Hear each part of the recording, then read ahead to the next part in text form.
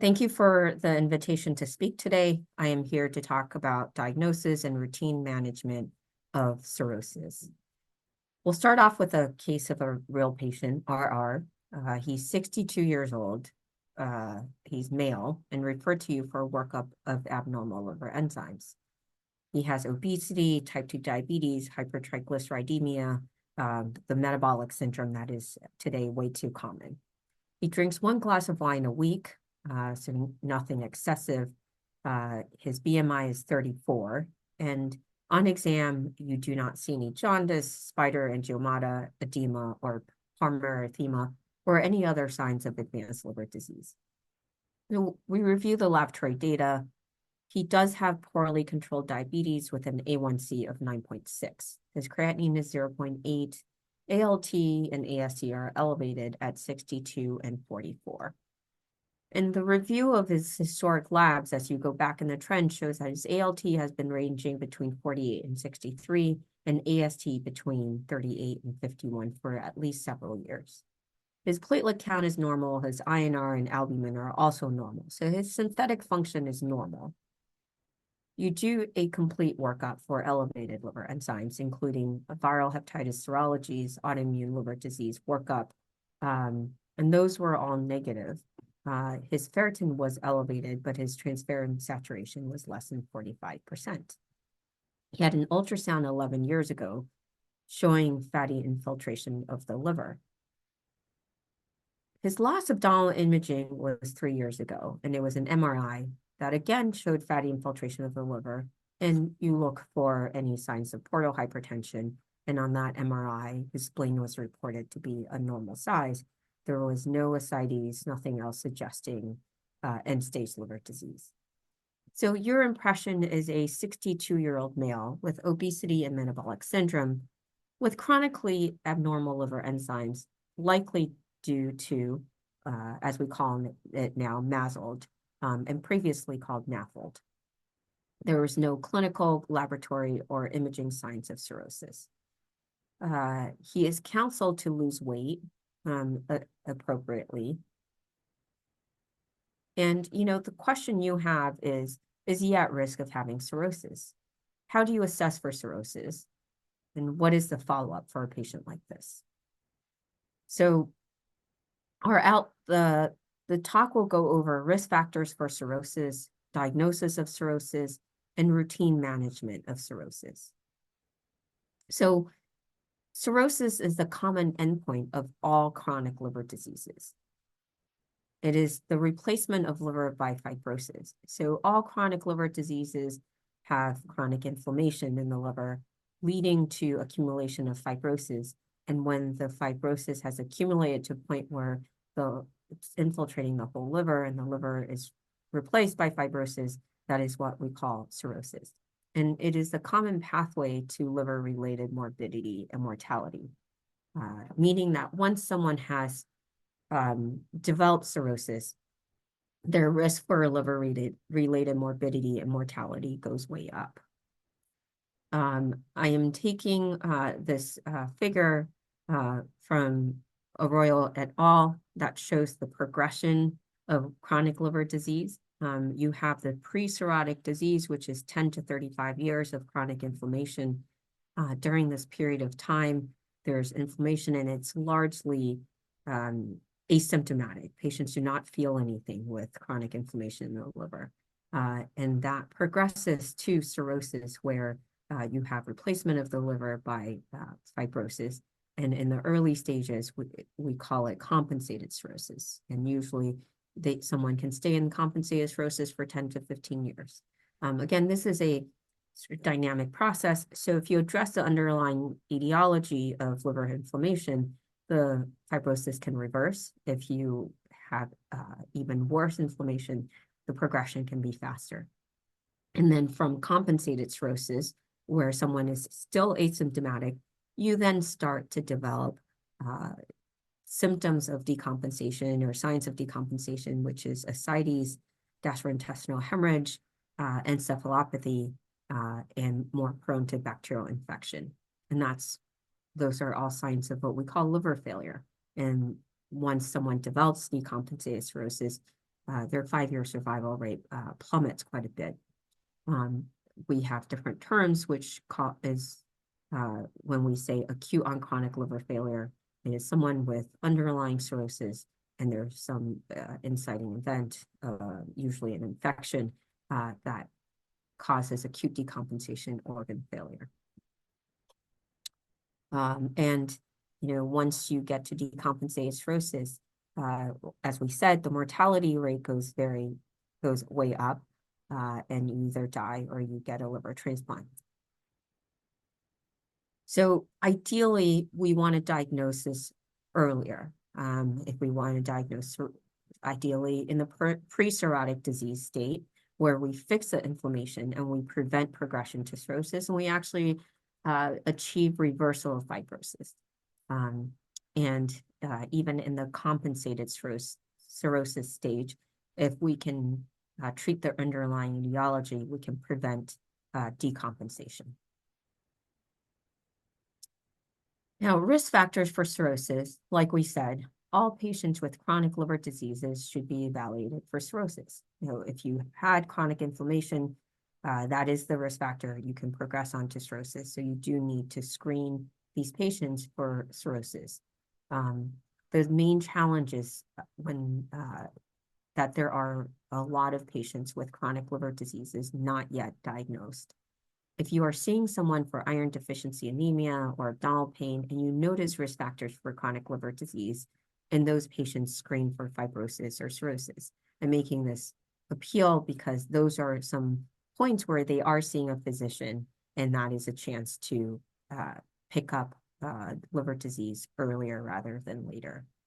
In terms of MASLD or NAFLD, we need to screen the patients at high risk of MASLD, which is those with type 2 diabetes or obesity.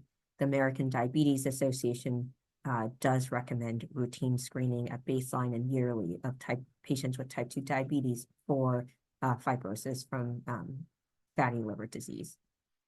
And, universal screening of hepatitis C and hepatitis B have been recommended by CDC.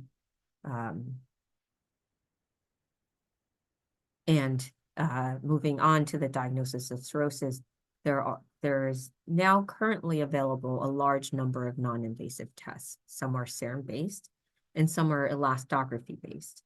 And elastography-based are vibration-controlled, ultrasound-based, or MR elastography. And I think whichever test you choose will largely depend on what's available to you and what makes it easier for you to use. So the non-invasive test generally gives you the risk of this patient having advanced fibrosis. So often they will the result will fall into the category of low risk, high risk, and intermediate or indeterminate risk. These tests do not make liver biopsy obsolete, but it avoids liver biopsy in a significant number of patients. So here's a figure of the non-invasive markers of liver fibrosis, sort of in a graphic that shows availability versus cost. So your non-patented clinical scoring system, such as AST to ALT ratio, or the APRI score, FIT4, NAFLD fibrosis score, those are all free formulas that you can find online that will be calculated based on readily available routine blood tests, such as platelet counts, AST, ALT, and including some clinical demographic markers, such as age, having diabetes or not. Those are readily available and the cost is low. As you start moving towards patented serum blood tests, such as FibroTest, ELF, HepaScore, and Fibrometer, the cost of that does go up, and then the sort of physical tests, elastography techniques, become more expensive, with transient elastography on the cheaper side, and the MR elastography being the most costly. And the availability, will sort of vary depending on the setting. So liver clinics, specialty clinics will have transient elastography or ultrasound elastography or MR elastography available, but the serum biomarkers are available to pretty much everyone. So to touch upon a bit more on elastography, and this is becoming more and more available to primary care doctors as well. We mentioned ultrasound-based, vibration-controlled, and MRI elastography. All these are different types of modalities measuring liver stiffness as a marker of liver fibrosis. And some are point of care to aid same-day clinical management. So in many GI and liver clinics, and now some of the endocrine clinics, they have available a vibration-controlled elastography machine.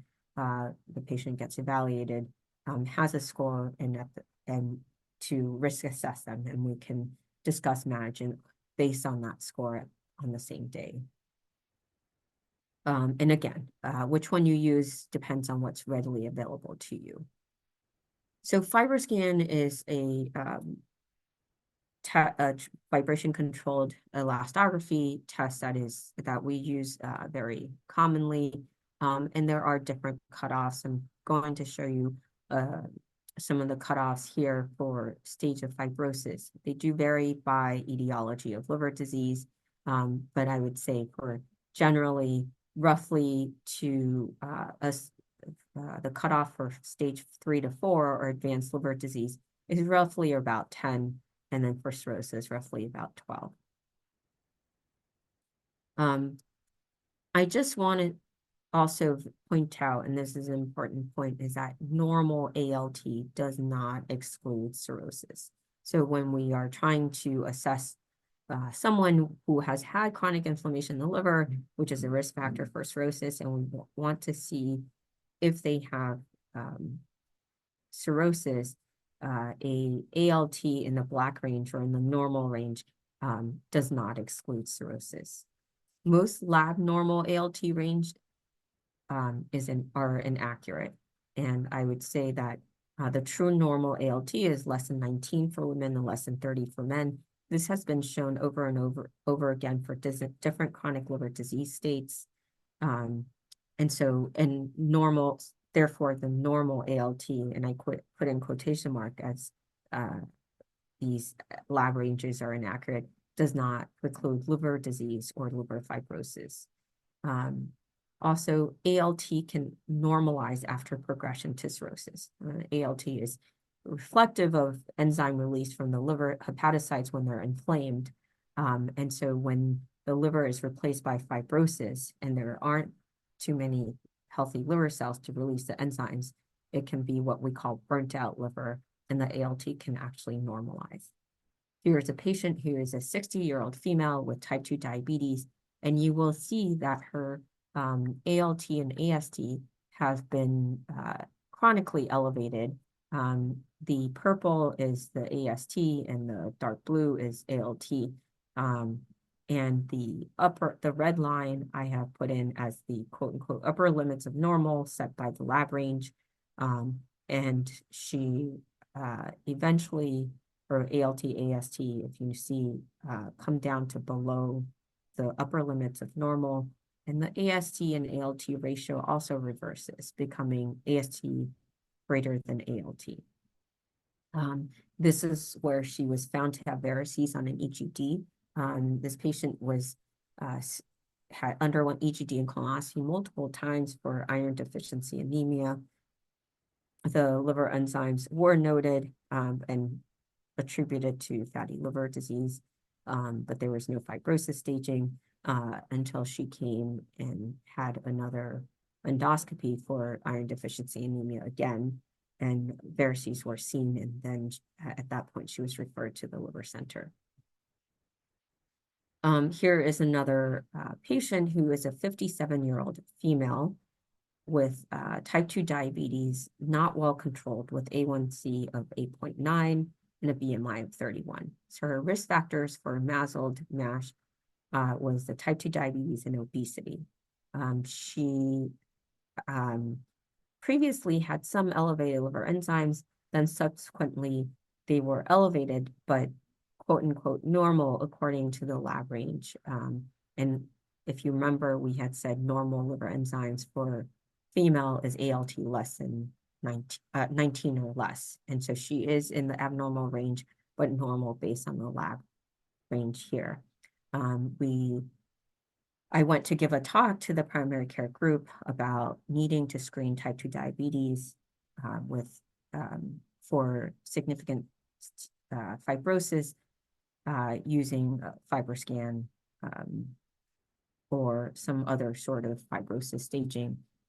And she did have a FibroScan that showed that her liver stiffness was quite high, and her liver biopsy confirmed stage 3 to 4 fibrosis, but also showed significant lobular inflammation, even with the ALT in the 20s. So going back to our original patient, RR. So he's a 62-year-old with obesity, metabolic syndrome, and chronically elevated liver enzymes. So he has risk factors for MASLD or metabolic dysfunction-associated steatotic liver disease. He's had many years of abnormal liver enzymes, so many years of potential inflammation. On physical exam, laboratory exam, and radiologic exam, there were no signs of advanced fibrosis. But his transient elastography or his FibroScan showed a high liver stiffness of 14 kilopascal, which indicated high risk for advanced fibrosis. So given the high liver stiffness measurement on elastography, but we didn't have any other clinical laboratory or imaging signs confirming cirrhosis, we sent him for a liver biopsy. And the reason I bring this up is, if the radiology shows a nodular liver with splenomegaly, his platelet was on the low side and his AST to ALT ratio is greater than 1, then it's pretty clear he does have cirrhosis, in which case we don't generally do a liver biopsy. Yes, it would confirm what our high suspicion. But for this patient, RR, the high liver stiffness does suggest advanced fibrosis, but there's no sort of confirmation from any other clinical laboratory or imaging signs.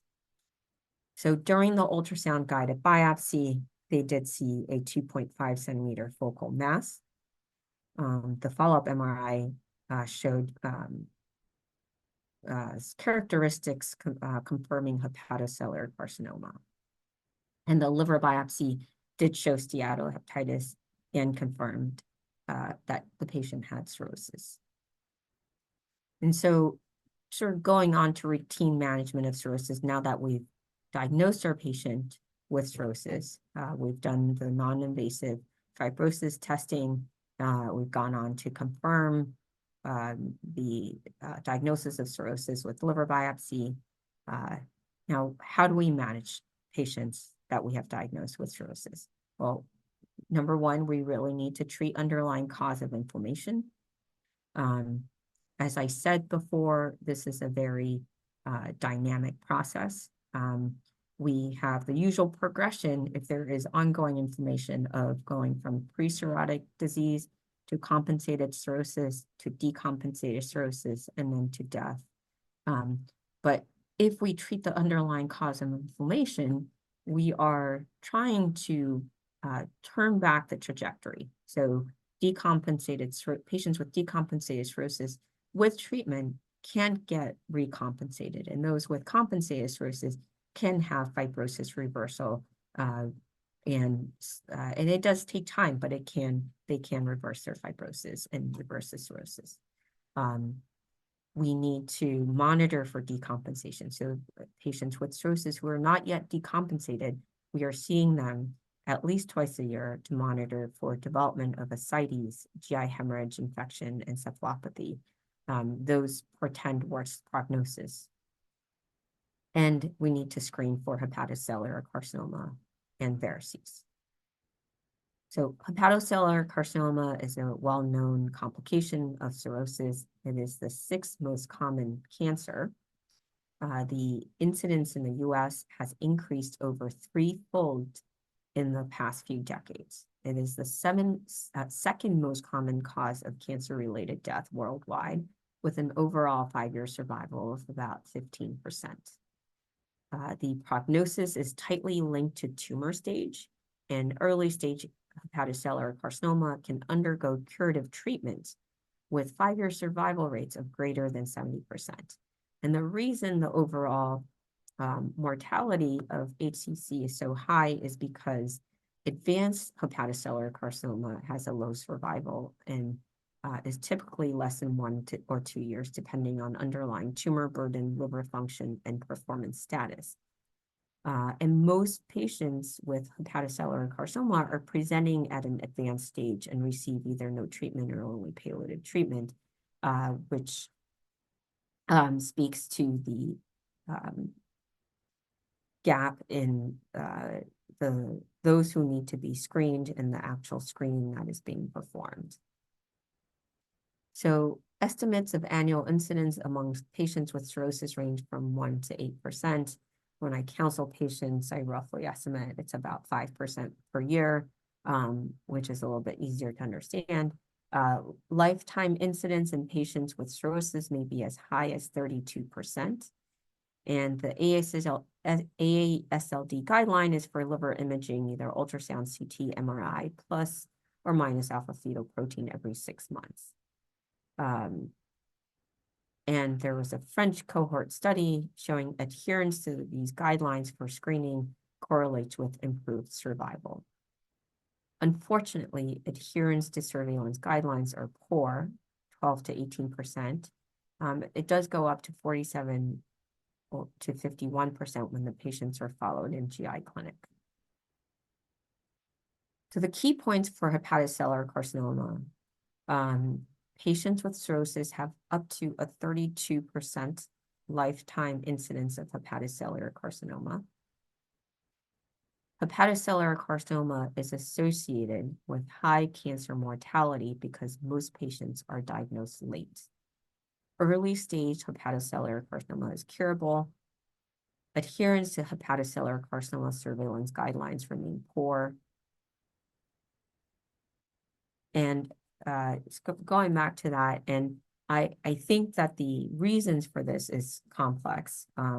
And I think there is probably systemic issues. There are patient understandings, and there could also be if patients don't follow up or they miss an appointment. There's no easy system in most practices to have a recall system to make sure the patient comes back. So it's a bit more complicated, but there is clearly work that needs to be done to improve adherence to the HCC surveillance guidelines. Screening for varices in compensated cirrhosis. So we screen at diagnosis, and if no varices on the initial endoscopy, we repeat every 2 years. If there is ongoing liver injury, obesity, and alcohol use, we repeat every 3 years. If the underlying inflammation has been controlled and is no longer present. So if the liver injury is quiescent, meaning after viral elimination, so for hepatitis C, if we have cured the hepatitis C, for hepatitis B, if we have viral suppression, for alcohol-induced liver cirrhosis, if there's abstention from alcohol. And I think it's important to assess frequently that there isn't active liver inflammation. I have patients who we have cured the hepatitis C in, but they then go on to gain weight and develop metabolic dysfunction associated steatotic liver disease, and therefore getting another source of liver inflammation. And so it's important to constantly reassess when you see the patients back every 6 months. Do you think there's active inflammation still going on? If there are small varices on screening endoscopy, I repeat more frequently, probably yearly with ongoing liver injury, or if liver injury is quiescent, every 2 years. If they develop decompensation, you should repeat the endoscopy at the time of decompensation, even if it's less than the interval as stated above. The exception is that if patients have a liver stiffness measurement of less than 20 and a platelet count greater than 150,000, they have a very low probability of having high-risk varices. And, in some of these patients, I do hold off on repeating the endoscopy, especially if they're elderly with other comorbidities that make the endoscopy a bit more risky. And so the risk-benefit ratio of a screening endoscopy in these patients probably favors for monitoring them with a repeat FibroScan later, an assessment for any progression of liver stiffness. You do need to remember these patients for progression to make sure if their FibroScan goes above 20, if their platelets are going down, then the risk-benefit ratio of a screening EGD would then change. Then the question is, for these patients that you're following, you're not able to fix the underlying etiology, they're progressing. When do you refer these patients for liver transplant evaluation? The criteria for when to evaluate is if their MELD score is 15 or above, or if they develop a decompensation event, such as ascites, jaundice, or variceal bleeding. If they develop hepatocellular carcinoma, and the stage of the hepatocellular carcinoma is within criteria for being able to be transplanted, that would be a good indication to refer them. So for our patient, he did have an endoscopy, which was negative for varices. And he had a radiofrequency ablation of his hepatocellular carcinoma. And 16 months after the initial presentation to the liver clinic, he underwent a liver transplant. So at the same time that we were treating his hepatocellular carcinoma, we were also working him up for liver transplant. He actually did get an offer sooner than this, but felt so well that he was hesitant to undergo a liver transplant, but eventually did agree to take the next offer that came along. So in conclusion, the key learning points from this lecture on cirrhosis. Cirrhosis is the common endpoint of all chronic liver diseases. It is important to assess all patients with chronic liver diseases for cirrhosis. It is also important to screen patients with risk factors for liver diseases for cirrhosis. For example, patients with type 2 diabetes or obesity who have a very high risk of MASLD should be screened for cirrhosis. Treatment of the underlying liver diseases can reverse fibrosis and prevent progression. Surveillance for hepatocellular carcinoma and varices are important for early diagnosis and secondary prevention and can significantly improve outcome. Thank you for your attention.